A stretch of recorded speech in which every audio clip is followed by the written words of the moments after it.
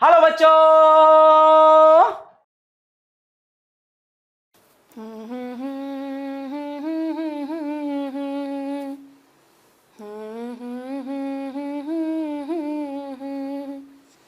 जिंदगी और कुछ भी नहीं, तेरी मेरी कहानी है। कुछ पाकर खोना है, कुछ खोकर पाना है। जीवन का मतलब तो आना और जाना है। हेलो बच्चों, कैसे हो आप सब? जैसे जीवन का मतलब है आना और जाना, कुछ खोकर पाना है। सिमिलरली हमारे जो एलिमेंट्स के एटम्स होते हैं, ये कुछ खोते हैं तभी कुछ पाते हैं। एनर्जी का बहुत बड़ा खेल है यहाँ पर। इलेक्ट्रॉन्स के साथ क्या हो रहा है, कौन क्या खोएगा और क्या पाएगा, इसी सवाल का जवाब ढूंढने आ गई हूं मैं बच्चों, to help you and make you understand what are exactly the periodic properties and what are its trends. तो आज का लेक्चर का मोटो आपको समझ आ ही गया होगा। जैसे कि हमने पीरियोडिक क्लासिफिकेशन ऑफ एलिमेंट्स को जान लिया है, अब बारी है पीरियोडिक प्रॉपर्टीज को डिस्कस करने की और उनके ट्रेंड्स को समझने की। तो चलिए शुरुआत करते हैं और जानते हैं बहुत इंटरेस्टिंग सा काम। और सबसे पहले बच्चों, I hope you all know that all matter present around us, the matter in our surroundings is made up of these same 118 elements which are classified in the periodic table. याद है ना ये बात आपको कि ये जो 118 एलिमेंट है ये मामूली चीज नहीं है, बहुत काम किया है इन्होंने हमारा। हर जगह आप जहां देखोगे इन्हें पाओगे। This matter is made up of these 118 elements only। और बच्चों, इन्हीं एलिमेंट्स के क्लासिफिकेशन पे हमने हमारे पीरियोडिक टेबल को समझा। Right? So we have understood how these 118 elements are arranged in our modern periodic table. हमने history जानी इन elements के classification की। We have discussed about all the scientists and their works, and now it's time to understand better the modern periodic table. ये बात हम उसके advantages भी हमने समझे, उसके salient features, उनके characters को हमने जाना। Right? मॉडर्न पीरियोडिक टेबल को अच्छे से समझने की हमने कोशिश कर ली थी पिछले लेक्चर में। राइट, वी अंडरस्टूड कि हमारे पीरियोडिक टेबल को 4 ब्लॉक्स में डिवाइड कर रखा है। कौन से हैं वो 4 blocks? S, P, D and F. In 4 blocks में क्लासिफिकेशन किया गया है। अब बारी है जानने की इन एलिमेंट्स की क्लासिफिकेशन के बाद इनकी पीरियोडिक प्रॉपर्टीज को समझने की। जब आपको इनकी प्रॉपर्टीज समझ आ जाएंगी, फिर उनके ट्रेंड्स को भी जान लेंगे।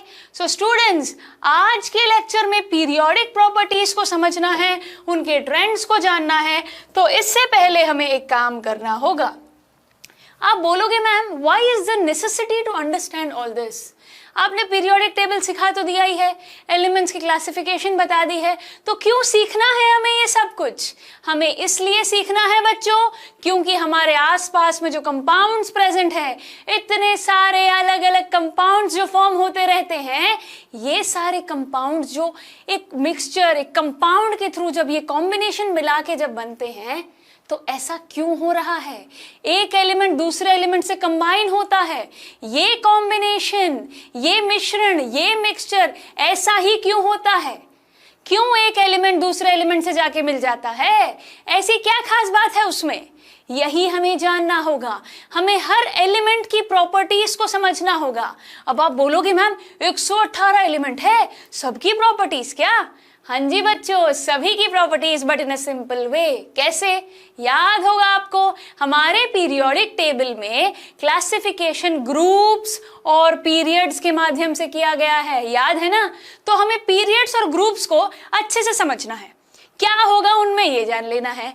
तो अगर हम पीरियड्स और ग्रुप्स की कहानी समझ गए तो ऑटोमेटिकली सारे एलिमेंट्स की कहानी समझ लोगे, हाँ या ना? So I hope now you have understood what exactly is our motto. We need to understand these elements, their periodic properties and their trends to understand chemistry better, to understand this world better. So क्या आप तैयार हैं? पहले हमें उन periodic properties को discuss करना होगा। जब प्रॉपर्टी का मतलब पता चल जाएगा तो ट्रेंड ऑटोमेटिकली सीख जाओगे बच्चों।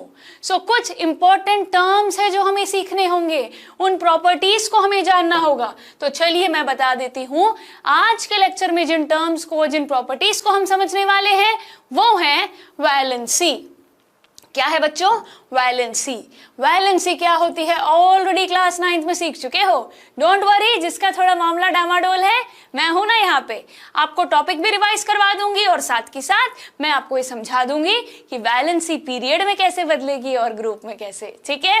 देन एटॉमिक साइज, एटम का जो साइज है वो कैसे, उसके बारे में हम और डिटेल्स जानेंगे। And then comes metallic character and non metallic character.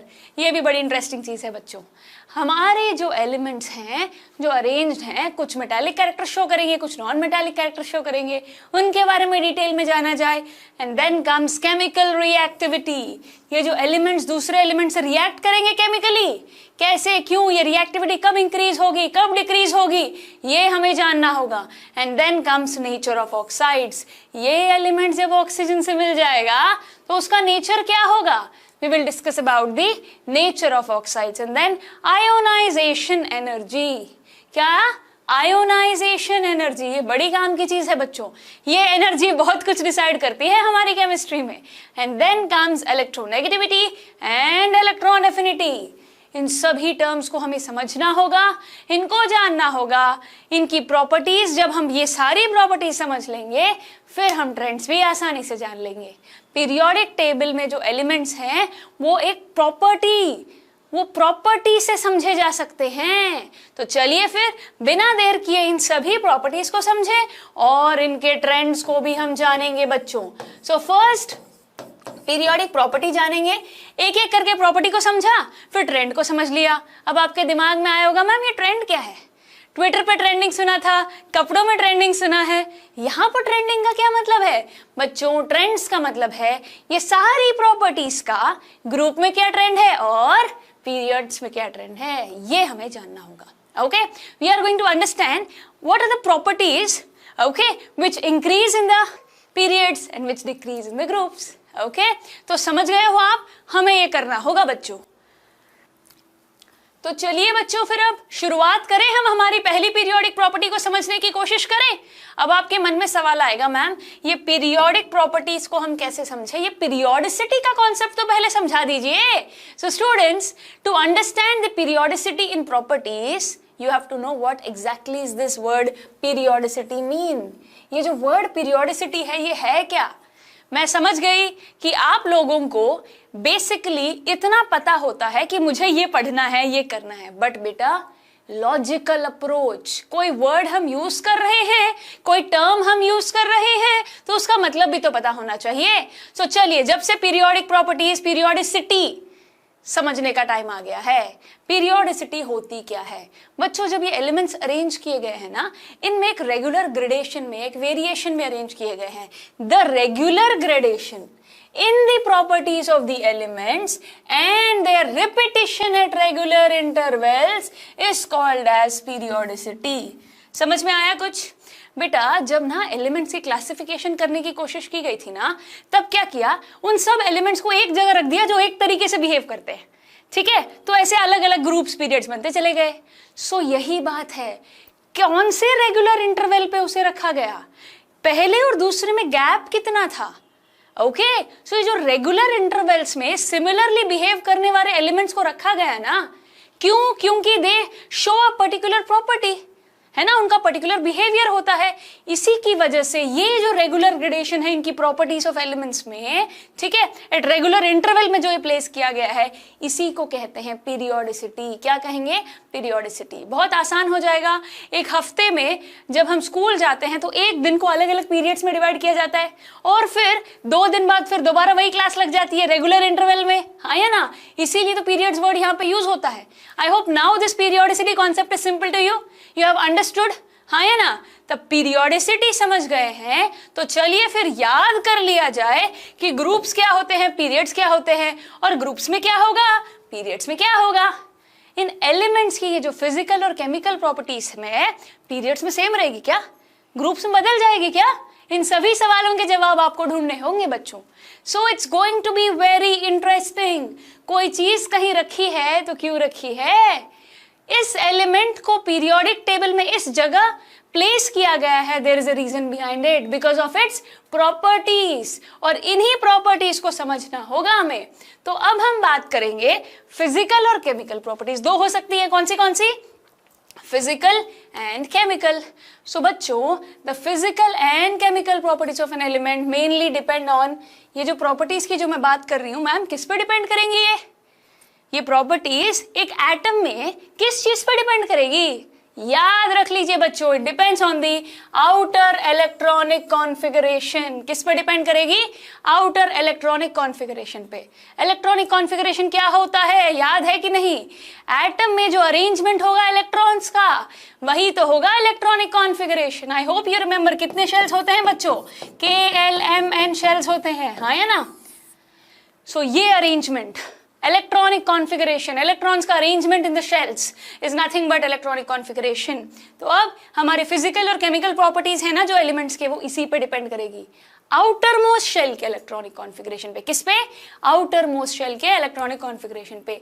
अब ये जो आउटर मोस्ट शेल की इलेक्ट्रॉनिक कॉन्फ़िगरेशन है ना, ये बदलेगी। कब बदलेगी, कब नहीं बदलेगी, बता देती हूँ। This outer electronic configuration changes as we grow from left to right. मतलब पीरियड में लेफ्ट से जब हम राइट में धीरे धीरे जाएंगे ना, तब क्या होगा? इलेक्ट्रॉनिक कॉन्फ़िगरेशन चेंज होगी। क्या होगी बच्चों? चेंज होंगे। But whereas in the group, electronic configuration जो आउटर मोस्ट शेल की है वो सेम होगी बच्चों, whereas within the group both are same. तो जब सेम होगा तो बच्चों याद रखिएगा कि जो फिजिकल एंड केमिकल प्रॉपर्टीज को अपने को समझना है, ठीक है? Physical and chemical properties periods और ग्रुप्स में, ओके? अब आप बोलोगे मैम पीरियड्स में आपने बताया लेफ्ट से लेकर राइट तक electronic configuration outer most shell की डिफरेंट होगी, whereas in the group same होगी। तो बच्चों अगर ये सेम होगी तो इसका मतलब ये है कि इनकी केमिकल प्रॉपर्टीज सेम होगी, ओके? बट फिजिकल प्रॉपर्टीज जरूर डिफरेंट होगी बच्चों एलिमेंट्स की, वो रेगुलरली चेंज होती चली जाएंगी। क्या होता है, जैसे जैसे बच्चा दूर बेंच पे बैठता है उसकी दूरी हमसे बढ़ जाएगी ना, है ना? सो न्यूक्लियस और इलेक्ट्रॉन्स के बीच की दूरी को भी हमें जानना होगा। ये धीरे धीरे एलिमेंट्स में जैसे जैसे अरेंज किए गए हैं पीरियड्स और ग्रुप्स में, वैसे वैसे इनकी प्रॉपर्टीज चेंज होंगी। अलग अलग फैक्टर्स पे ये डिपेंड करते हैं, वो फैक्टर्स भी डिस्कस करेंगे हम। तो सबसे पहले पीरियड्स और ग्रुप्स में आउटर मोस्ट इलेक्ट्रॉनिक कॉन्फ़िगरेशन जो होगी आउटर मोस्ट शेल की, उस पर डिपेंड करेगा सब कुछ, ठीक है? याद रहेगी ये बात। केमिकल प्रॉपर्टीज के साथ क्या हो रहा है, फिजिकल प्रॉपर्टीज के साथ क्या हो रहा है, हमें पता होना चाहिए, okay? Physical properties show a regular gradation whereas chemical properties are similar in the group. याद रखिएगा बच्चों, नोट कर लीजिए, ग्रुप में केमिकल प्रॉपर्टीज सेम होंगी। क्या होंगी? सेम होंगी। और फिजिकल लॉ का अगर आप पूछो मैम फिजिकल क्या होगा, तो रेगुलर इंटरवल में ग्रेडेशन में धीरे धीरे चेंज होती चली जाएंगी, ठीक है? क्लियर है ये बात? वेयरएज आप बोलो मैम पीरियड्स में क्या होगा, हाँ जी बच्चों, अगर आप पूछो कि पीरियड्स में क्या होगा तो मैं बता देती हूँ आपको। पीरियड्स में देखिए हमारी फिजिकल एंड केमिकल प्रॉपर्टीज बहुत इंपॉर्टेंट रोल प्ले कर लेंगी, ओके? दे विल बी ये भी कुछ चेंज होंगी, कुछ कम होंगी, कुछ घटेंगी, कुछ बढ़ेंगी, ये सारी चीजें समझनी है अपने को, है ना? पीरियड्स और ग्रुप्स में अपने को ध्यान रखना होगा, राइट स्टूडेंट्स? तो now the time have come that this regular gradation को, इस रेगुलर ग्रेडेशन को समझने का वक्त आ गया है। इस रेगुलर ग्रेडेशन में हमें क्या करना होगा, ये जो प्रॉपर्टीज हैं एटम की, okay, from left to right and top to bottom, इन्हीं प्रॉपर्टीज को हम कहेंगे एटॉमिक प्रॉपर्टीज। क्या कहेंगे बच्चों? Atomic properties. तो अब हम समझ गए हैं पीरियोडिसिटी क्या है, एटॉमिक प्रॉपर्टीज क्या है, ठीक है? अब इन्हें डिटेल में जानने का वक्त आ गया है, एक एक करके सारी प्रॉपर्टीज को हम डिस्कस करेंगे, okay students? The first one will be valency. Valency की जानकारी सभी को है तो क्यों ना दोबारा बता दी जाए। ये जो वैलेंसी है ना बच्चों, इसे समझने के लिए एक एटम का रिप्रेजेंटेशन आना चाहिए। क्या आना चाहिए? Representation of an atom. Atom में I hope you remember centre में न्यूक्लियस होता है, आउटर मोस्ट शेल होगा, है ना? टोटल कितने शेल्स हो सकते हैं? KLMN शेल्स, ऐसे चलते चले जाएंगे। आउटर मोस्ट शेल में जितने इलेक्ट्रॉन्स प्रेजेंट होंगे ना, उसी पे तो वैलेंसी डिपेंड करेगी। अब आप बोलोगे मैम आसानी से बता दो वैलेंसी क्या है। वैलेंसी वो कैपेसिटी है कंबाइन होने की दूसरे एलिमेंट से। The combining capacity of an atom क्या होगी वैलेंसी बच्चों? The combining capacity of an element, it depends on the number of valence electrons. It depends on the number of valence electrons. कहाँ पे? Valence electrons कहाँ मिलेंगे? Valence shell में, यानी कि आउटर मोस्ट शेल में। हाँ या ना? आउटर मोस्ट शेल में जितने इलेक्ट्रॉन्स होंगे उस पे डिपेंड करेगा कि हमारे एलिमेंट के एटम की वैलेंसी क्या होगी। हाँ या ना? तो चलिए फिर, अगर आपके मन में सवाल है मैम मैं वैलेंसी कैसे कैलकुलेट करूं, ये मुझे पता है कि हाँ मतलब combining capacity of an atom to share lose और gain of electrons is called as valency, और वो number of valence electrons present in the valence shell पर डिपेंड करेगी। पर मैम मुझे आता ही नहीं है वैलेंसी को कैलकुलेट करना, ये बहुत बड़ी प्रॉब्लम है मेरे लिए। अरे बच्चों, अगर वैलेंसी को फाइंड आउट करना लगता है मुश्किल तो ध्यान से देखिए, सुनिए, आसान लगने लगेगा आपको। सो वैलेंसी को कैसे कैलकुलेट किया जाए? सो बच्चों, वैलेंसी को कैलकुलेट करने के लिए हमें क्या करना होगा? सबसे पहले उसकी इलेक्ट्रॉनिक कॉन्फ़िगरेशन, हमारे एलिमेंट का जो एटम है उसकी इलेक्ट्रॉनिक कॉन्फ़िगरेशन हम लिख देंगे। ठीक है, जब इलेक्ट्रॉनिक कॉन्फ़िगरेशन लिखी जाएगी तब होगा क्या, देखिए हमें ये पता चल जाएगा कि वैलेंस शेल में वैलेंस इलेक्ट्रॉन्स कितने प्रेजेंट है। उसी के बिहाफ पर हम बता देंगे कि वैलेंसी कितनी है उस एलिमेंट की। आप चिंता मत कीजिए, समझना है, वैलेंसी कैलकुलेट करनी है तो कोई भी सिंपल सा एग्जाम्पल ले लीजिए। जैसे कि मैं अगर ले लूं, कोई भी एलिमेंट ले लो, कुछ भी एग्जाम्पल ले लो। जैसे कि मैंने ले लिया है लिथियम। क्या ले लिया? लिथियम। लिथियम का एटॉमिक नंबर है 3, तो इसकी इलेक्ट्रॉनिक कॉन्फ़िगरेशन बन जाएगी 2 और 1, तो मतलब आउटर मोस्ट शेल में है 1 इलेक्ट्रॉन, तो इसकी वैलेंसी बन गई 1। आसान है? अच्छा, अगर आसान लग रहा है तो क्यों ना हम डिटेल में समझ ले कि ये वैलेंसी पीरियड में कैसे बदलेगी, ग्रुप में कैसे बदलेगी। बच्चों, जब हम लेफ्ट से राइट जाएंगे ना पीरियड में, तब क्या होगा, जो वैलेंस इलेक्ट्रॉन्स है वो धीरे धीरे इंक्रीज होते चले जाएंगे 1 से लेके 8 तक। कहां तक? 1 से लेके 8 तक। First period it increases from 1 to 2. As we move across the period, the valency of elements first increases from 1 to 4 and then decreases to 0. Valency ऐसे बढ़ेगी 1 2 3 4 3 2 1 0। बहुत कुछ वैलेंसी का खेल है जो अपने को समझना है, बढ़ेगी भी घटेगी भी। ओके, पीरियड्स के हिसाब से होगा वो, सेकंड पीरियड में अलग, थर्ड पीरियड में अलग, कैसे होगा बता देती हूँ मैं आपको।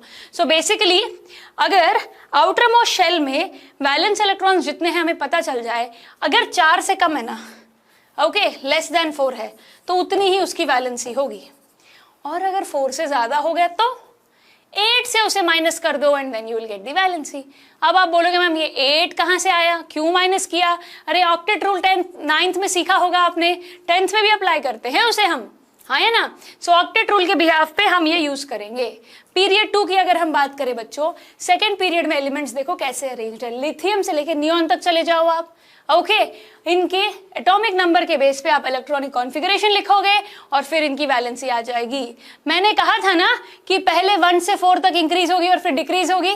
देख लीजिए, यहाँ साफ नजर आएगा लिथियम का 1 2 3 4, lithium beryllium boron carbon. Simple, बस उनका एटॉमिक नंबर आपको पता होना चाहिए, इलेक्ट्रॉनिक कॉन्फ़िगरेशन लिख दो, आउटर मोस्ट शेल में कितने इलेक्ट्रॉन्स है देखो, वही बन गई वैलेंसी। फिर कम होती चली गई, नाइट्रोजन, ऑक्सीजन, फ्लोरीन, नियॉन। देखिए यहां पर आउटर मोस्ट शेल में कितने इलेक्ट्रॉन है? 5, तो 8 - 5 यहां पर बन गया 3। Whereas in oxygen 8 - 6 बन गया 2 and fluorine 8 - 7 बन गया 1 and then 8 - 8 0। तो वो बात प्रूव हो रही है कैसे, पहले increase and then decrease, 1 2 3 4 3 2 1 0। Clear है ये बात? वैलेंसी अलोंग द पीरियड कैसे घटी, समझ आ रहा है? पहले बढ़ भी गई फिर घट भी गई। Is it clear to all of you students? Similarly अगर हम थर्ड पीरियड भी ले, वहां पर भी ऐसा ही होगा बच्चों, 1 2 3 4 3 2 1 0। सोडियम से लेके क्लोरीन तक समझो, आर्गन अपना है इनर्ट गैस, है ना, तो स्टेबल होना ही था, तो वैलेंसी 0 होगी। Clear? Valency in the period अच्छे से समझ गए हो आप, कोई दिक्कत नहीं है, पहले बढ़ेगी और फिर घटती चली जाएगी बच्चों। Moving on to the groups. Groups की अगर हम बात करें, वहां पे भी सेम काम करना है। आउटर इलेक्ट्रॉनिक कॉन्फ़िगरेशन को देख लो, और वहां पे बच्चों क्या होगा, जो वैलेंस इलेक्ट्रॉन्स होंगे ना सेम होंगे। याद रख लीजिए ये बात, एलिमेंट्स को इस प्रकार से अरेंज किया गया है, ग्रुप में क्या होता है, सारे एटम्स में जो आउटर मोस्ट शेल है ना, उसकी इलेक्ट्रॉन्स जो वैलेंस शेल में प्रेजेंट होंगे वो सेम होते हैं। तो बात क्या हुई फिर, वैलेंसी सेम हो गई। आई hope you remember periodic table जब समझाया था, एक एक करके ग्रुप्स मैंने बताए थे और बताया था कि फर्स्ट ग्रुप की वैलेंसी 1, सेकेंड ग्रुप की वैलेंसी 2, याद होगा आपको। इसीलिए बताया था बच्चों, क्योंकि ग्रुप में वैलेंसी सेम रहती है। आप फर्स्ट ग्रुप का एग्जाम्पल ले लो, यहाँ पर अल्कली मेटल्स में सब में आउटर मोस्ट शेल में एक ही इलेक्ट्रॉन होता है, whereas अगर हम इनर्ट गैसेस का एग्जांपल ले, 18th ग्रुप की बात करें, सब में 8 इलेक्ट्रॉन फुल है आउटर मोस्ट शेल में, इसीलिए उसकी वैलेंसी 0 होती है। क्लियर, ग्रुप में वैलेंसी हमेशा सेम होगी, whereas इन पीरियड पहले बढ़ेगी और फिर घटेगी। याद हो गई होगी आपको ये बात बच्चों, बहुत बढ़िया। आगे बढ़िए फिर, अब अगली प्रॉपर्टी की तरफ। वैलेंसी समझ आ गया है, बड़ा ही इंटरेस्टिंग, बड़ा ही जरूरी, कुछ बच्चों के लिए कंफ्यूजिंग, पर अगर ध्यान से देखें, समझने की कोशिश करें, लॉजिक लगाएं, एग्जाम्पल देखें तो आसान है। अब बारी आती है अगली प्रॉपर्टी की, एटॉमिक रेडियस। बहुत इंटरेस्टिंग है। एटॉमिक साइज, हम एक एटम का साइज डिसाइड करेंगे, और एटम का जो साइज है बच्चों, एटम का जो साइज है वो एटॉमिक रेडियस पे ही डिपेंड करेगा। इलेक्ट्रॉन जो घूम रहा है ना, इलेक्ट्रॉन जो घूम रहा है आउटर मोस्ट शेल में, न्यूक्लियस से, सेंटर से उस इलेक्ट्रॉन की जितना रेडियस होगा वही बन जाएगा हमारा एटम का साइज। एटॉमिक रेडियस अपने को समझना होगा बच्चों। एटॉमिक साइज मतलब एटॉमिक रेडियस पे डिपेंड करेगा। किस पे? एटॉमिक रेडियस पे। ये जब इलेक्ट्रॉन घूमेगा ये बताएगा अपने को, ठीक है।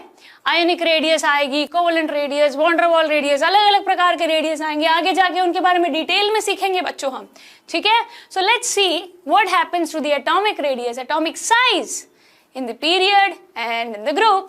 चलिए फिर शुरू कर देते हैं। एटॉमिक रेडियस को समझने के लिए, जैसे कि मैंने आपको कहा कि बहुत सारे अलग अलग कॉन्सेप्ट्स हैं जिनसे हम ये डिसाइड कर सकते हैं। Covalent radius, van der Waals radius, क्या है बच्चों? Van der Waals radius, crystal radius और मेटालिक रेडियस, आयनिक रेडियस। अब आप बोलोगे मैम रेडियस तो पता है, सेंटर से अपने सर्किल पे कोई भी पॉइंट पे चले जाओ, जितना डिस्टेंस होगा उसे रेडियस बोलेंगे, मैथ्स में हमने सीख रखा है। ये केमिस्ट्री में ये सब क्या है? Covalent radius, van der Waals radius, crystal radius, ionic radius. अरे बच्चों चिंता की कोई बात नहीं है, इनके बारे में डिटेल में सीखेंगे, 11वीं 12वीं में ये आएंगे ही, है ना। अभी के लिए हम वो चीजें सीख लेते हैं जो हमारे लिए बहुत जरूरी है क्लास 10th के पॉइंट ऑफ व्यू में। सो एटॉमिक साइज को समझने के लिए हम क्या करेंगे, देखिए जरा। एटॉमिक साइज को समझने के लिए पहले एटॉमिक रेडियस क्या होता है पता चल गया। क्या है देखो, सेंटर न्यूक्लियस से लेके आउटर मोस्ट शेल तक का जो डिस्टेंस होगा वही होगा हमारा एटॉमिक रेडियस। क्लियर? अब आप पूछोगे मैम जब मैं मैथ्स में प्रॉब्लम करता हूं ना, तो सेंटर से लेके किसी भी पॉइंट सर्किल पे मैं मेजर करता हूं कि वो कितने सेंटीमीटर का है, तो मुझे रेडियस मिल जाता है। क्वेश्चन में ऑलरेडी लिखा हुआ आता है कि रेडियस इतना है। आपके एटम में कैसे पता चलेगा? एटम में मैं बता देती हूँ कैसा पता चलेगा। In the atom it is measured in angstroms. Angstroms में इन्हें हम मेजर करेंगे, विच इज नथिंग बट, उसे पिकोमीटर में भी कर सकते हैं हम। एंगस्ट्रॉन्ग, पिकोमीटर, मीटर, इनका रिलेशन बता दूं मैं आपको। 1 angstrom is equal to 10 power minus 8 centimetre, which will be equal to 10 power minus 10 metres. 1 picometre is equal to 10 power minus 12 metres. ठीक है, ये जो एटॉमिक साइज है, जो एटॉमिक रेडियस है, ठीक है, it's nothing but nucleus to the outer most shell, जो भी इलेक्ट्रॉन जो प्रेजेंट होंगे वो जो डिस्टेंस होगा उसी को हम कहेंगे एटॉमिक रेडियस, और वही होगा हमारे एटम का साइज भी। ठीक है, आसानी से हमें पता चल जाए। It is measured in angstroms. Clear है बात? ज्यादा मुश्किल कुछ है नहीं। चलिए फिर आगे बढ़िए। Quickly let's understand what happens along the period and what happens along the group. जैसे ही कोई टॉपिक का कॉन्सेप्ट समझ आ जाए, उसका एप्लीकेशन पता होना चाहिए। एटॉमिक साइज पता चल गया है, एटॉमिक रेडियस से पता चलेगा।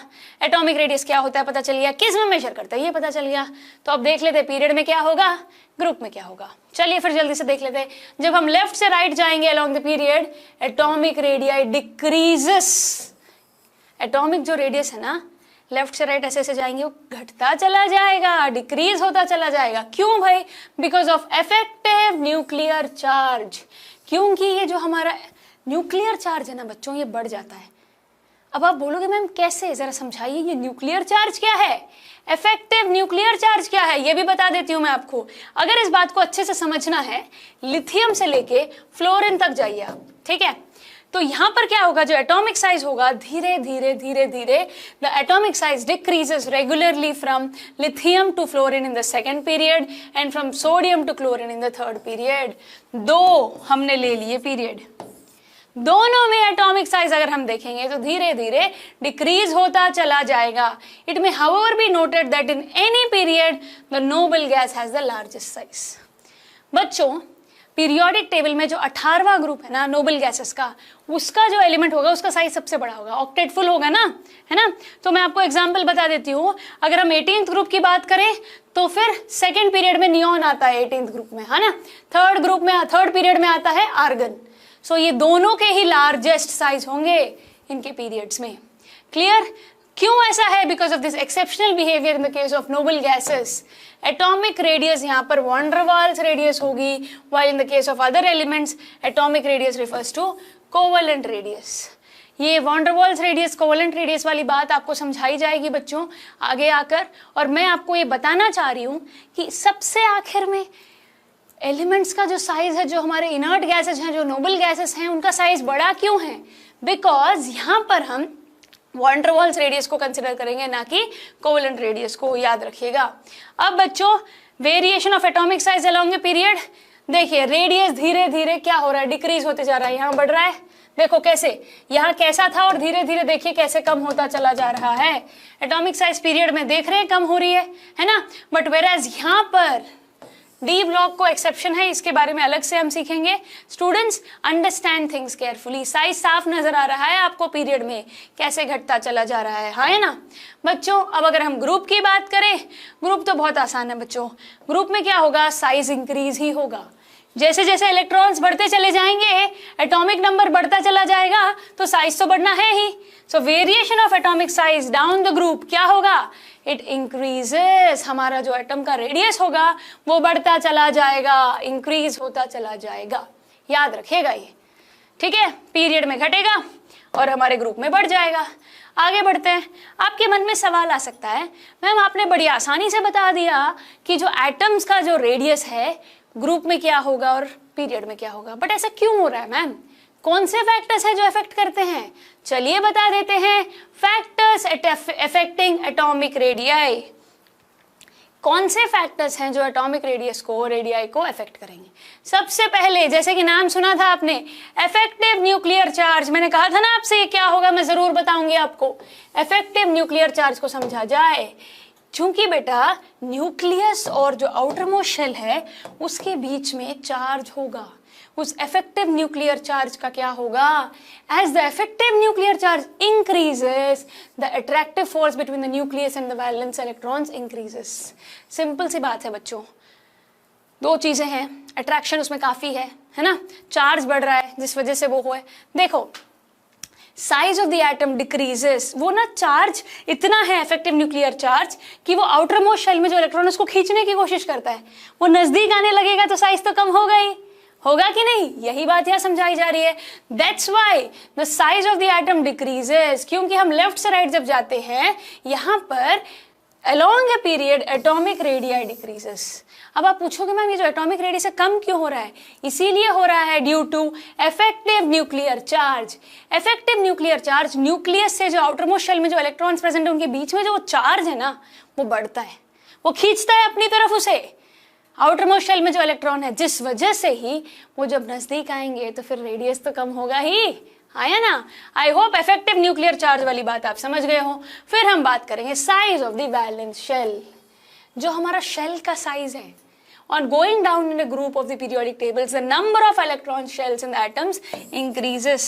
सिंपल सा लॉजिक है बच्चों, जैसे जैसे हम डाउन द ग्रुप जाएंगे एटॉमिक नंबर बढ़ेगा, इलेक्ट्रॉन्स बढ़ेंगे तो वैलेंस शेल दूर आएगा, बढ़ते चले जाएंगे नंबर ऑफ शेल्स, तो नंबर ऑफ शेल्स बढ़ेंगे तो जो इफेक्टिव न्यूक्लियर चार्ज है धीरे धीरे कम हो जाएगा। शेल्स बढ़ जाएंगे ना, तो शेल्स अगर बढ़ जाएंगे तो उस वजह से इलेक्ट्रॉन्स दूर हो जाएंगे, और ये इलेक्ट्रॉन्स दूर हो जाएंगे तो साइज तो फिर एटम का इंक्रीज होना ही है, हाँ है ना। इस वजह से साइज इंक्रीज होता है। एग्जाम्पल देखिए, लिथियम देखिए, सोडियम देखिए, इनमें जो शेल्स हैं यहाँ पर एक ही शेल है, है ना। Outer most shell valence shell देखो एल शेल है और अंदर इसके के एल एम एन शेल्स की हम बात करें तो देखिए के शेल में 2 इलेक्ट्रॉन है और एल शेल में 1। यहां पर के एल और एम इलेक्ट्रॉन्स बढ़ गए हैं तो नंबर ऑफ शेल्स भी बढ़ जाएंगे, जिस वजह से न्यूक्लियस का आउटर मोस्ट शेल में जो इलेक्ट्रॉन प्रेजेंट है उसके साथ जो दूरी है, जो चार्ज कम हो जाएगा और वो दूर चला जाएगा। समझ गए हो ये बात? आप वैलेंस शेल के साइज की बात समझ गए हो। ऑब्वियसली जैसे शेल बढ़ते चले जाएंगे ये बात हम समझ जाएंगे। अब बारी आई आयोनिक रेडियाई ऑफ कैटायन। ये वर्ड आपने पहले सुना है, आयोनिक रेडियस। कैटायन का अलग होगा बच्चों, एनायन का अलग। बता दिया जाए कैटायन और एनायन क्या होता है। I hope you guys know this. Cation positively charged, हाँ है ना। सो इन कैटायन में यहाँ पे क्या होगा, size of cation is always less than it's parent atom. ये बात समझे? अरे भाई पॉजिटिव चार्ज कब आएगा, जब इलेक्ट्रॉन चला जाएगा। इलेक्ट्रॉन चला गया तो फिर जो एटम का साइज है वो तो कम होगा ही ना। Size of cation is always less than the parent atom, क्योंकि वो चला गया इलेक्ट्रॉन तो साइज कम हो जाएगा। फॉर्मेशन ऑफ कैटायन, क्यों कैसे होगा formation of cation, involves loss of electrons. हाँ है ना बच्चों। ये सेंटेंसेस देख के कई बार लोगों को डर लगता है, मैम ये सब समझ ही नहीं आता, इतना पढ़ना पड़ेगा। अरे बच्चों लॉजिक पता है तो चीजें आसान है। एक बार आपको कॉन्सेप्ट समझ आ गया है एटॉमिक रेडियस का, इफेक्टिव न्यूक्लियर चार्ज का, नंबर ऑफ शेल्स का, तो बहुत आसानी से चीजें समझ जाओगे। कैटायन क्या होता है हमें पता है, ऑब्वियसली कैटायन मतलब इलेक्ट्रॉन जाएगा, इलेक्ट्रॉन चला जाएगा तो फिर साइज तो कम होना ही है। तो पेरेंट एटम से जो कैटायन का जो एटम होगा वो छोटा होगा। अब छोटा होगा तो फिर इफेक्टिव न्यूक्लियर चार्ज बढ़ जाएगा, जिस वजह से वो इलेक्ट्रॉन्स को खींचेगा अपनी तरफ। खींचेगा कि नहीं? आयोनिक रेडियस समझ में आया? कैटायन के आयोनिक रेडियस की जो हम बात कर रहे हैं, ionic radii of, therefore the remaining electrons are more tightly pulled towards nucleus. अगर हम कैटायंस की बात करें, अगर आपसे पूछे मैम पेरेंट एटम का, ऑब्वियसली साइज बड़ा होगा, इसीलिए देखो Fe का साइज बड़ा है, उसके बाद Fe प्लस, फिर Fe+2, फिर Fe+3, सबसे कम Fe+3 का है। 3 इलेक्ट्रॉन जाने के बाद वो आया ना तो साइज तो छोटा हो गया, फिर 2, फिर 1, फिर बिल्कुल नहीं। समझ गए हो ना? कोई दिक्कत नहीं इस बात में? बहुत बढ़िया। कैटायन का समझ गए तो अब बारी आई एनायन की। ये बहुत आसान है बच्चों। आयोनिक रेडियाई ऑफ एनायन, यहां पर क्या होगा, anion is always larger than it's parent atom. अगर कैटायन का समझ आ गया तो एनायन का आराम से आ जाएगा। हाँ है ना। वहां पर कैटायन में इलेक्ट्रॉन जा रहा था पर यहां पर इलेक्ट्रॉन आ रहा है तो साइज बढ़ जाएगा। तो सिंपल सा लॉजिक आप समझ ही जाओगे फिर। हाँ है ना। Greater is the number of electrons added in the ion, larger is its size. Simple, electron जितने बढ़ेंगे उतना बड़ा उसका साइज होता चला जाएगा। तो Cl माइनस Cl से बड़ा होगा, Cl माइनस Cl से बड़ा होगा, Br माइनस Br से बड़ा होगा। क्लियर है ये बात? No confusion at all? Great students. Moving on, एक और इंटरेस्टिंग पॉइंट हम बात करेंगे आइसो इलेक्ट्रॉनिक आयोन्स के बारे में। Size of iso electric ions और स्पीशीज, इसके बारे में जिक्र ऑलरेडी हमने किया था बच्चों, ठीक है। So ions of the different elements which have same number of electrons. अब तक जो हम बात कर रहे थे कैटायन एनायन में इलेक्ट्रॉन्स ऑब्वियसली कम ज्यादा होंगे, पर सेम हो तो क्या करना है, जब सेम हो जाएगा पर उनका मैग्नीट्यूड डिफरेंट होगा due to nuclear charge and they are called as isoelectronic ions. Size of the isoelectron ions decreases with increase in atomic number. जैसे जैसे atomic number बढ़ेगा वैसे वैसे उसका साइज घटता चला जाएगा। क्यों भाई? इलेक्ट्रॉन्स का नंबर सेम है ना। हाँ है ना। तो देखिए oxygen, fluorine, neon, sodium, magnesium, सबको ध्यान से देखिए आप, एटॉमिक नंबर के हिसाब से बात बनेगी यहाँ पर, ठीक है। So remember very carefully. देखिए इस एग्जाम्पल को समझ लोगे तो ये कॉन्सेप्ट क्लियर है। n-3, ठीक है, n-3 मतलब 3 इलेक्ट्रॉन क्या हुआ, एनायन है। यहाँ पर क्या है बच्चों? एनायन है। पर हम देखें अगर गौर से बच्चों, हमें एटॉमिक नंबर का खेल है जो हमें समझना है, उस हिसाब से in size of isoelectronic species will depend. Clear to all of you बच्चों? चीजें आसान तब लगेंगी जब दिमाग ठीक से लगाया जाए। आइसो इलेक्ट्रॉनिक आयोन्स क्या होते हैं, स्पीशीज क्या होते हैं, सेम नंबर ऑफ इलेक्ट्रॉन्स होंगे, तो फिर डिपेंड किस पे करेगा, एटॉमिक नंबर पे डिपेंड करेगा। So remember this thing, size of the electronic isoelectronic ions decreases with increase in atomic number. देखिए जैसे जैसे नंबर बढ़ रहा है साफ नजर आ रहा है साइज छोटा हो रहा है, हाँ है ना। एटॉमिक नंबर बढ़ा, पहले 8 था तो ऐसा था, 9 था तो और कम हो गया, 10 हो गया तो और कम हो गया, 11 हो गया तो और कम हो गया, 12 हो गया तो और कम हो गया। क्लियर है ये बात? No confusion now? Great. Moving on now students, now we are going to discuss about one of the very interesting property. Atomic size clear, valency clear है बच्चों, हाँ है ना। एटॉमिक साइज को क्या क्या इफेक्ट करता है हमने देख लिया, डिटेल में जान लिया। अब बारी है मेटालिक कैरेक्टर को समझने की, नॉन मेटालिक कैरेक्टर को समझने के लिए।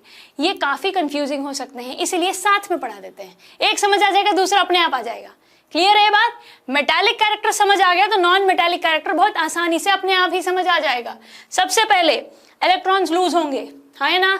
जब इलेक्ट्रॉन्स लूज होते हैं आउटर मोस्ट शेल से, इस कैरेक्टर को ही कहते हैं metallic character of an element. क्या होगा metallic character of an element?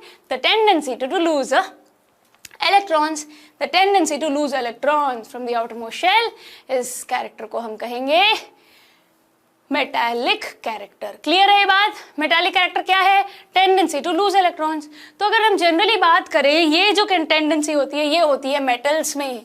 Metals possess 1, 2 or 3 electrons in their respective valence shell and thus have strong tendency to lose electron. कोई भी इलेक्ट्रॉन खोने के लिए उसके पास इलेक्ट्रॉन होना तो चाहिए। मेटल्स में होते हैं कभी 1, कभी 2, कभी 3 वैलेंस शेल में, तो आसानी से वो इलेक्ट्रॉन्स को लूज कर सकते हैं। सो मेटल्स ये नेचर करते हैं which is nothing but metallic character, इसीलिए नाम दिया गया है इनको, the tendency to lose electrons. Metals में होती है ये खास बात, इसीलिए मेटालिक कैरेक्टर। कोई मुश्किल बात है इसमें? बहुत आसान है ये तो इसीलिए बच्चों, क्योंकि इलेक्ट्रॉन चले जाएंगे तो हमारे जो मेटल्स हैं, जो एलिमेंट्स हो जाएंगे इलेक्ट्रोपॉजिटिव एलिमेंट्स हो जाएंगे। क्या हो जाएंगे? इलेक्ट्रोपॉजिटिव। इसीलिए मेटल्स को हम इलेक्ट्रोपॉजिटिव कहते हैं, क्योंकि इलेक्ट्रॉन्स चले जाएंगे बहुत आसानी से। आउटर मोस्ट शेल में कभी 1, कभी 2, कभी 3 ऐसे प्रेजेंट होते हैं। एग्जाम्पल देख लो, लिथियम की बात आई, एक इलेक्ट्रॉन है आउटर मोस्ट शेल में, दे दिया Li+1 बन गया, सिंपल। इसीलिए इसको मेटालिक कैरेक्टर कह रहे हैं। सोडियम भी एक इलेक्ट्रॉन दे देगा, Na में से इलेक्ट्रॉन चला गया तो Na+1 बन जाएगा और यहाँ पे मेटालिक कैरेक्टर शो करेगा।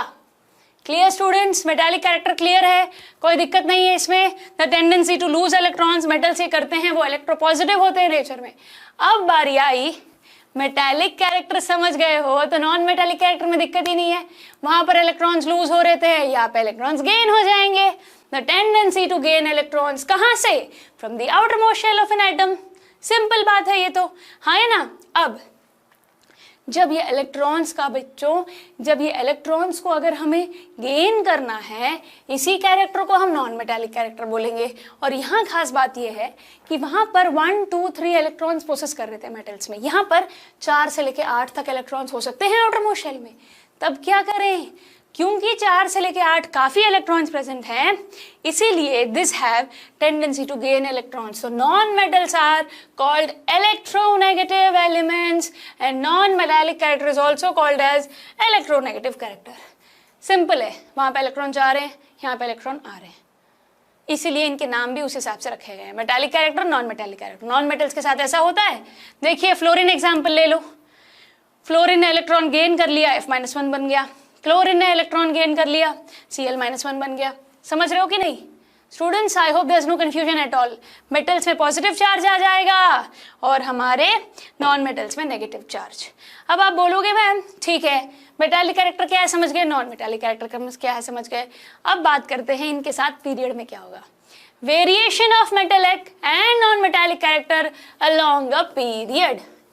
पीरियड में इनके साथ होना क्या है, पीरियड में इनके साथ क्या होना, ये समझने के लिए बच्चों याद रखिए, metallic character decreases, non metallic character increases in the period.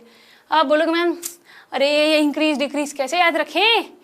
जब पीरियोडिक टेबल समझा था तो याद है लेफ्ट साइड में क्या थे, ज्यादातर मेटल्स थे, जैसे जैसे राइट साइड में गए नॉन मेटल्स हो गए, हाँ या ना। सेम चीज है यहाँ पर, क्योंकि मेटालिक कैरेक्टर अगर धीरे धीरे बढ़ के नॉन मेटल हो रहा है तो फिर इसीलिए हो रहा है ना कि मेटालिक कैरेक्टर डिक्रीज हो जाएगा, हाँ या ना। द मेन रीजन इज बच्चों इफेक्टिव न्यूक्लियर चार्ज। ये effective nuclear charge act on the valence shell, जिस वजह से इलेक्ट्रॉन्स का फेरबदल हो जाता है और ऑब्वियसली फिर tendency to lose electrons will decrease and then जिस वजह से न्यूक्लियर चार्ज इफेक्टिव जो हमारा है वो बढ़ जाएगा, तो हमारा जो tendency to element to gain electrons increases. बच्चों एक एटम है, एटम में बाहर आउटर मोस्ट शेल में इलेक्ट्रॉन्स हैं, ठीक है, 1 से लेकर 4 तक होंगे, हाँ है ना, तो आराम से 1 2 3 है तो आराम से इलेक्ट्रॉन्स चले जाएंगे। वही अगर 8 5 6 7 4 से ज्यादा हुए तो फिर वो क्या करेंगे, टेंडेंसी टू गेन इलेक्ट्रॉन्स, तो टेंडेंसी टू लूज इलेक्ट्रॉन्स है metallic character, tendency to gain electrons है नॉन मेटालिक कैरेक्टर। एक होगा इलेक्ट्रोनेगेटिव, एक होगा इलेक्ट्रोपॉजिटिव, और ये सारा खेल ये लेफ्ट से लेकर राइट तक मेटालिक कैरेक्टर धीरे धीरे कम क्यों हो रहा है, because of effective nuclear charge. Example देख लो, सेकेंड पीरियड ले लेते हैं हम लोग, ठीक है। सेकेंड पीरियड में पहले लिथियम मेटल है, बेरिलियम मेटल है, फिर बीच में बोरोन मेटलॉइड आ गया, फिर carbon, nitrogen, oxygen, fluorine, metallic character धीरे धीरे डिक्रीज होने लग गया, और लास्ट में बिल्कुल कम, ठीक है। मेटल से मेटलॉइड आया, प्रॉपर्टीज कम हुई, फिर नॉन मेटल आ गया। क्लियर है स्टूडेंट्स, नो दिक्कत। चलो आगे बढ़ जाओ फिर। अब बारी आई डाउन द ग्रुप। मैम अब कैसे याद रखें डाउन द ग्रुप, इतना कुछ लिखा है यहाँ पे तो।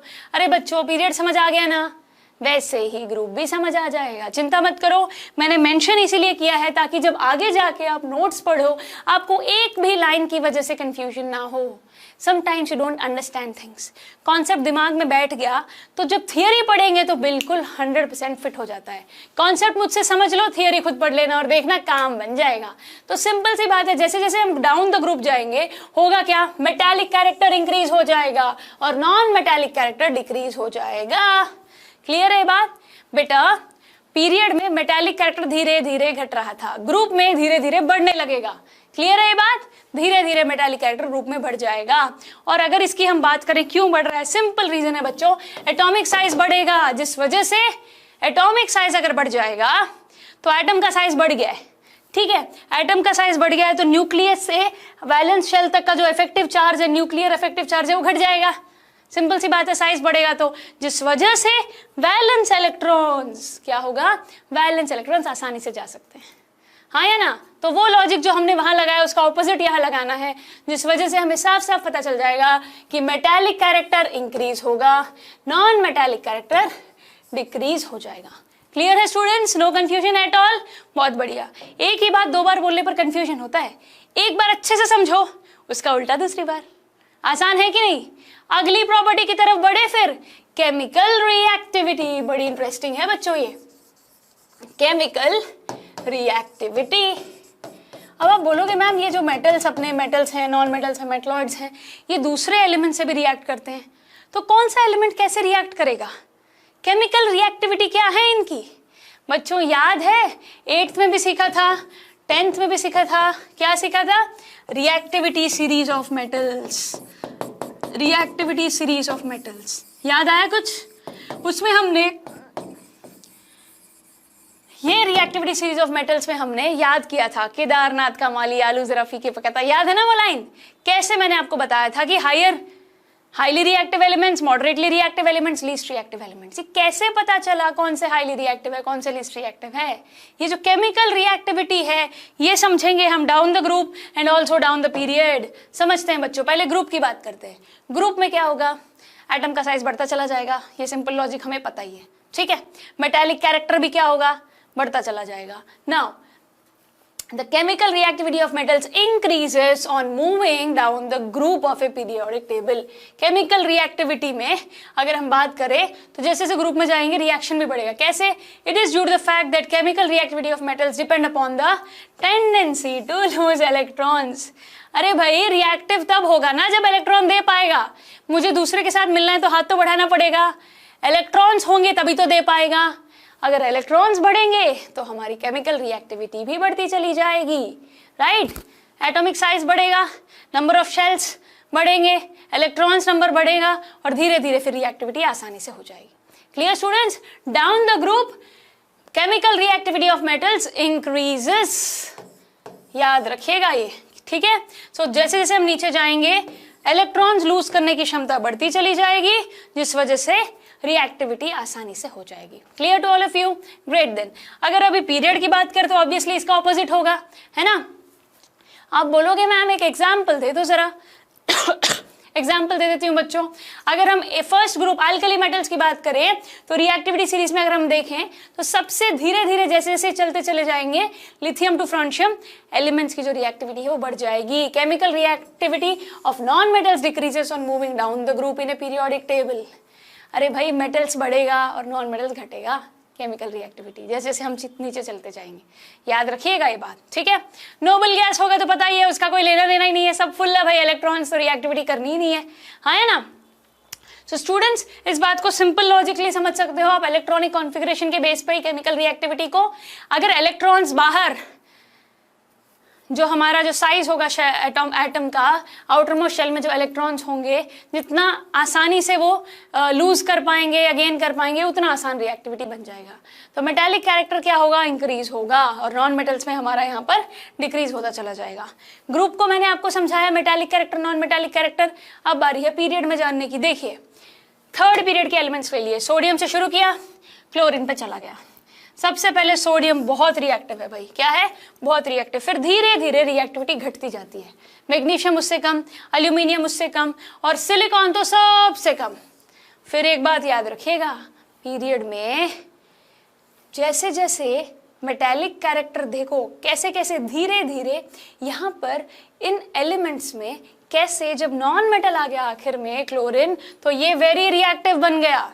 सो बच्चों थर्ड पीरियड एलिमेंट्स में ध्यान से देखिए, पहले केमिकल रिएक्टिविटी ज्यादा होती है फिर धीरे धीरे घटने लगती है, ठीक है, घट गई फिर धीरे धीरे बढ़ गई। समझ रहे हो इस बात को आप, बढ़ी घटी फिर बढ़ गई। Clear students, in period chemical reactivity first decreases and then again increases। जैसे वैलेंसी होती है, वैलेंसी के खेल में क्या होता है 1 2 3 4 3 2 1 0, यहाँ पर पहले यहाँ पर ज्यादा है फिर वो कम होगी और फिर बढ़ेगी। याद रखिएगा कैसी चीजें उल्टी होने लगती है, कंफ्यूज नहीं होना है, बेसिक लॉजिक लगाना है। ओके स्टूडेंट्स आगे बढ़ जाइए। केमिकल रिएक्टिविटी हो गया है तो बड़ा इंटरेस्टिंग है नेचर ऑफ ऑक्साइड, ठीक है। ग्रुप में एलिमेंट्स हैं, पीरियड में एलिमेंट्स हैं, जब ऑक्सीजन से मिल जाएंगे तो होगा क्या, उनका नेचर कैसा होगा ये हमें जानना है बच्चों। We are now here to understand the oxides of metals and oxides of non metals. Metals and non metals chapter पढ़ चुके हो, वहां पर मेटल्स एंड नॉन मेटल्स की केमिकल प्रॉपर्टीज सीख चुके हो, तो आपको बहुत अच्छे से याद है कि जो मेटल्स होंगे वो क्या फॉर्म करेंगे, basic oxides, they are basic in nature while non-metals are acidic in nature। हाँ है ना, ये बात हम already metals and non metals में सीख चुके हैं बच्चों, राइट। बस वही लॉजिक हमें लगाना है, बहुत आसानी से आप समझ जाओगे। एक मेटल जब ऑक्सीजन से जुड़ जाएगा तो मेटालिक ऑक्साइड फॉर्म करेगा और वो बेसिक होगा नेचर में। नॉन मेटल ऑक्सीजन से जुड़ेगा, नॉन मेटालिक ऑक्साइड फॉर्म करेगा और वो एसिडिक होगा नेचर में। कितने ही एग्जांपल्स ले लो मेटालिक ऑक्साइड्स के, नॉन मेटालिक ऑक्साइड्स के। अब हम बात करेंगे पीरियड में क्या होगा और फिर ग्रुप में क्या होगा। अगर पीरियड की बात करें बच्चों, the nature of oxides varies from basic to acidic. बहुत इंटरेस्टिंग है ये तो। जैसे मेटालिक कैरेक्टर धीरे धीरे धीरे धीरे कम होके नॉन मेटालिक कैरेक्टर बन जाता है, वैसे ही बेसिक कैरेक्टर मेटल्स तो बेसिक ऑक्साइड फॉर्म करेंगे तो धीरे धीरे धीरे धीरे एसिडिक में कन्वर्ट हो जाएंगे। क्लियर है ये बात? I hope it's clear to all of you students. बड़ा इंटरेस्टिंग है ये।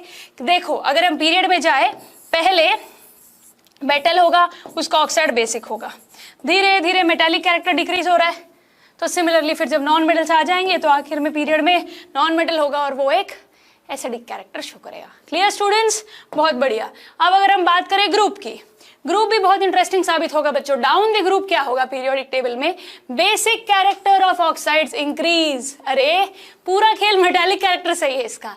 डाउन द ग्रुप हमने सीखा कि मेटालिक कैरेक्टर इंक्रीज हो रहा है, तो यहां पर भी मेटल्स के जो ऑक्साइड्स होंगे तो इसीलिए इनका बेसिक कैरेक्टर इंक्रीज होता चलेगा। शुरू वाले लीस्ट बेसिक होते हैं और लास्ट में जैसे जैसे हम आगे बढ़ते हैं मोस्ट बेसिक हो जाते हैं। Clear to all of you students? बड़ा आसान है ये, पूरी तरीके से metallic character non metallic character से ये लिंक्ड है, हाँ है ना? कोई दिक्कत है इसमें बच्चों? बहुत बढ़िया। चलिए फिर आगे बढ़ते हैं और अब हम बात करेंगे आयोनाइजेशन एनर्जी की। किसकी बात हम कर रहे हैं बच्चों? आयोनाइजेशन एनर्जी की। बहुत इंटरेस्टिंग है ये और थकना मना है बच्चों, रुकना नहीं है अपने को। We can't get tired because we have many things to do, right? बहुत काम है करना, थक गए तो काम कैसे चलेगा? है ना। तो चलिए हिम्मत बटोरिए और लेट्स कंटिन्यू अगेन, ज्यादा नहीं है। आयोनाइजेशन एनर्जी के बाद electronegativity, electron positivity, electron affinity जिसे मैं कहूंगी, वो हम कर लेंगे तो बात बन जाएगी, ठीक है। सो चलिए आयोनाइजेशन एनर्जी को समझा जाए, बहुत आसान है। जितनी एनर्जी हमें चाहिए, the amount of energy required by an isolated natural gaseous atom to remove its most loosely bound valence electron is called ionization energy. Confuse मत होइए, एक एटम है, ठीक है, उसमें बाहर वैलेंस शेल में इलेक्ट्रॉन्स है। जितनी एनर्जी चाहिए वो लूजली जो अट्रैक्टेड जो इलेक्ट्रॉन होगा, लूजली बाउंड इलेक्ट्रॉन को निकालने में, वही होगी आयोनाइजेशन एनर्जी। किस में से निकालना है? एक आइसोलेटेड नेचुरल गैसियस एटम में से हमें इलेक्ट्रॉन को निकालना है। क्लियर? उस एनर्जी को ही कहेंगे ionization energy, the amount of energy required by an isolated natural gaseous atom to remove the loosely bound valence electron. जो लास्ट में जो इलेक्ट्रॉन्स होते हैं उनको निकालने की जितनी एनर्जी चाहिए वही होगी हमारी आयोनाइजेशन एनर्जी। पीरियड में क्या होगा? धीरे धीरे इंक्रीज होती चली जाएगी। ऑब्वियसली इलेक्ट्रॉन्स बाहर प्रेजेंट होंगे, दूर दूर जैसे वो पहुंचते चले जाएंगे, इलेक्ट्रॉन्स निकालने में भी आसानी होती चली जाएगी। So in period ionisation energy gradually increases, whereas in group opposite होगा, वहां बढ़ना है तो यहाँ पे तो घटना तो लागू ही है ना। बहुत बढ़िया। अब बारी आई इलेक्ट्रोनेगेटिविटी की। बड़ा इंटरेस्टिंग है ये इलेक्ट्रोनेगेटिविटी, बहुत आसान है। It is nothing but the tendency, the relative tendency or ability of the atom of an element present in a molecule to attract the shared electron pair towards itself। मुश्किल लग रहा है? अरे बच्चों यहाँ पे क्या हो रहा है, जो हमारे इलेक्ट्रॉन्स होते हैं ना बाहर, ठीक है, इन इलेक्ट्रॉन्स को जो अट्रैक्ट करने की जो क्षमता होती है वही है इलेक्ट्रोनेगेटिविटी। पेयर ऑफ इलेक्ट्रॉन्स को हमें अट्रैक्ट करना है टुवर्ड्स इटसेल्फ। ओके, यहाँ पर शेयरिंग हो रही है, क्या हो रही है? शेयरिंग हो रही है। तो इस शेयर्ड इलेक्ट्रॉन को अपनी तरफ अट्रैक्ट करने के लिए ही इलेक्ट्रोनेगेटिविटी चाहिए। So it is affected by both its atomic number and the distance at which its valence electrons are present from the nucleus. Nucleus से आउटर मोस्ट शेल में जो चार्ज जितना होगा, जो डिस्टेंस होगा, उस पर भी डिपेंड करेगी ये बात। ऑब्वियसली तभी तो पता चलेगा ना कि कितना अट्रैक्ट करना है, कैसे अट्रैक्ट करना है, कितनी एनर्जी लगेगी, हाँ है ना। सो बच्चों यहाँ पर हमें जितनी ज्यादा इलेक्ट्रोनेगेटिविटी होगी उतना ही ज्यादा अट्रैक्ट करने में अपने आप को, ठीक है, अगर बहुत ज्यादा दूर है तो वक्त लगेगा ना उसको खींचने में, है ना। सो इलेक्ट्रोनेगेटिविटी ज्यादा होना भी दिक्कत ही है। द मोर एन एटम और a substituent group attracts electron towards itself, okay, दिक्कत होगी। मुझसे न्यूक्लियस से मेरा इलेक्ट्रॉन दूर है तो दूसरा आसानी से ले जाएगा ना उसको, हाँ या ना। सो वही बात यहाँ हो रही है, इलेक्ट्रॉन्स को शेयरिंग करने के लिए यहाँ पर ये यूज किया जाएगा। Clear? Shared pair of electrons को अपनी तरफ अट्रैक्ट करने के लिए, ये बात याद रखिएगा, shared electron pair towards itself, इसे कहेंगे हम, इस टेंडेंसी को, इस एबिलिटी को कहेंगे इलेक्ट्रोनेगेटिविटी। Clear students? पीरियड की अगर हम बात करें तो इलेक्ट्रोनेगेटिविटी बढ़ता चला जाएगा। Along a period, nuclear charge increases and atomic size decreases, as a result of which shared electron pair can be attracted more।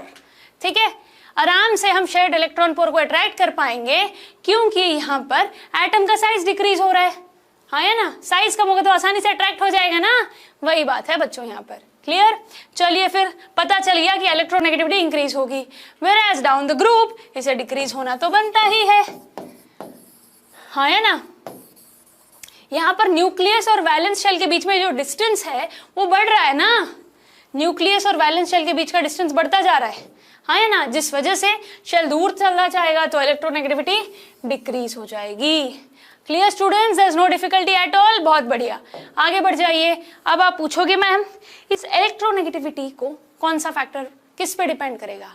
Electronegativity को ध्यान रखना है अपने को, as the atomic radius decreases the value of electronegativity increases।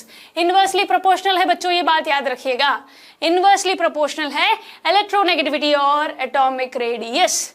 और अगर effective nuclear charge की बात करें तो डायरेक्टली प्रोपोर्शनल है। ठीक है, यहाँ पर इलेक्ट्रोनेगेटिविटी का रिलेशन हमारे इफेक्टिव न्यूक्लियर चार्ज से भी है और साथ के साथ हमारे एटॉमिक रेडियस से भी है। एक के साथ इनवर्सली प्रोपोर्शनल है और एक के साथ डायरेक्टली प्रोपोर्शनल। तो हमारा जो न्यूक्लियर चार्ज के साथ है यहाँ इसके साथ डायरेक्टली प्रोपोर्शनल है। ठीक है बच्चों, इलेक्ट्रोनेगेटिविटी सीख ली है, तो अब बारी है इलेक्ट्रॉन एफिनिटी को सीखने की।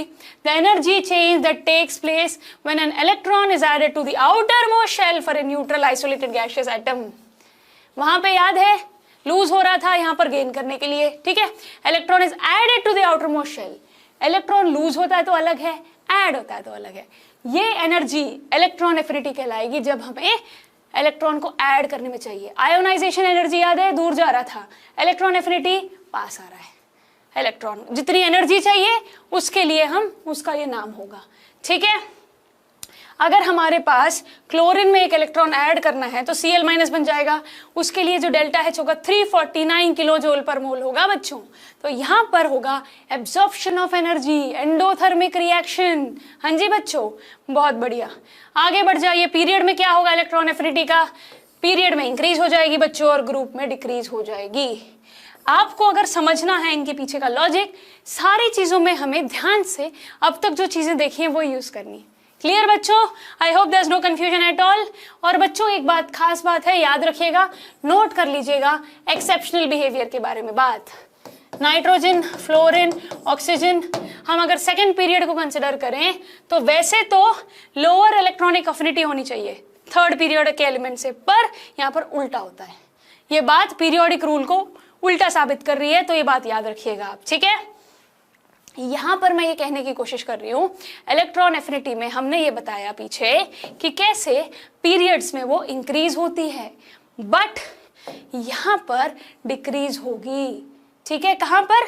सेकेंड पीरियड में। ये बात याद रखोगे आप, एक्सेप्शनल है ये बिहेवियर में, याद रखिएगा। अब इस एक फिगर में अब तक का सिखाया हुआ सब कुछ है।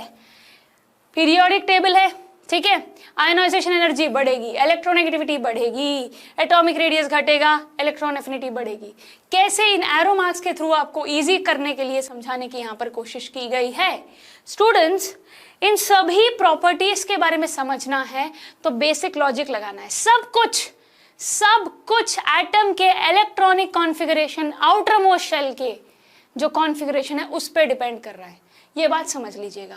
आज का लेक्चर के हर चीज को समझना है तो एटम में जो न्यूक्लियस है उसके आउटर मोस्ट यहाँ पर शेल्स हैं, और जो सबसे बाहर वाला शेल होगा जितने इलेक्ट्रॉन्स उसमें प्रेजेंट होंगे, पूरा खेल उसी का है। उसी से वैलेंसी आएगी, उसी से आयोनाइजेशन एनर्जी, उसी से इलेक्ट्रॉन एफिनिटी, सब कुछ उससे रिलेटेड है बच्चों। क्लियर? इन शेल्स का ही खेल है सारा, और इन शेल्स में जो इलेक्ट्रॉन्स प्रेजेंट है उसका। हेनरी मोजली ने ये जो पीरियोडिक टेबल में जो कमाल कर दिखाया है, इसीलिए तो इसको मायने रखते हैं। राइट? सो आज का लेक्चर आई होप थोड़ा लेंदी तो है पर मजेदार जरूर होगा बच्चों। I hope you were able to understand what exactly is the logic behind the things. Okay, चलिए फिर होमवर्क की तरफ बढ़े। आपको मैं होमवर्क देने वाली हूं, क्वेश्चंस ध्यान से पढ़ लीजिए। What is meant by valency, how does it very down the group and why. Valency क्या होती है, ग्रुप में वैलेंसी का क्या होगा, और जो भी होगा वैसा क्यों होगा। ठीक, an elements M is in the third group of the periodic table. Write the formula of its oxide. Nature of oxides अगर पता होगा तो आसानी से लिख लोगे। अगला सवाल, X is an element with atomic number 20. एक एलिमेंट दे दिया है, उसका एटॉमिक नंबर दे दिया है, 3 सवाल पूछ रखे हैं, वो मेटल है या नॉन मेटल, उसकी वैलेंसी क्या होगी, वो मैग्नीशियम से ज्यादा रिएक्टिव होगा या कम रिएक्टिव होगा, जो भी होगा क्यों होगा।